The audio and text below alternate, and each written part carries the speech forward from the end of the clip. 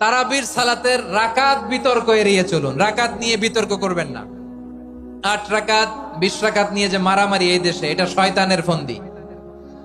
চিল্লায় বলেন, এটা কার ফন্দি? আমরা 20 রাকাত পড়ি, আপনারা হয়তো 8 রাকাত পড়েন, কোনো অসুবিধা নাই।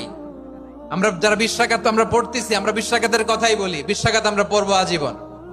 সৌদি আরবে মক্কা মদিনায় 20 রাকাত পড়ে, কোনো অসুবিধা নাই। অন্যান্য মসজিদ গুলো 8 রাকাত পড়ে। এই নিয়ে এদের মধ্যে মারামারি আছে? হ্যাঁ, এই জন্য রাকাত বিতর্ক এড়িয়ে চলবেন। প্রিয় ভাইয়েরা, আপনার আমল আল্লাহর কাছে কবুল হবে সংখ্যার বিচারে না উত্তমতার বিচারে? বলেন তো, সংখ্যার বিচারে না উত্তমতার বিচারে?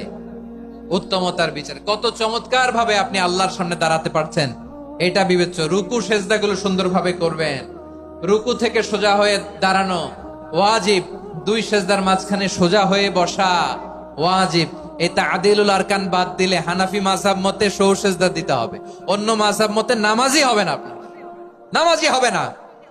এই জন্য ধীর স্থির ভাবে তারাবির সালাত যেন আমরা আদায় করি। পারা যাবে তো ইনশাআল্লাহ?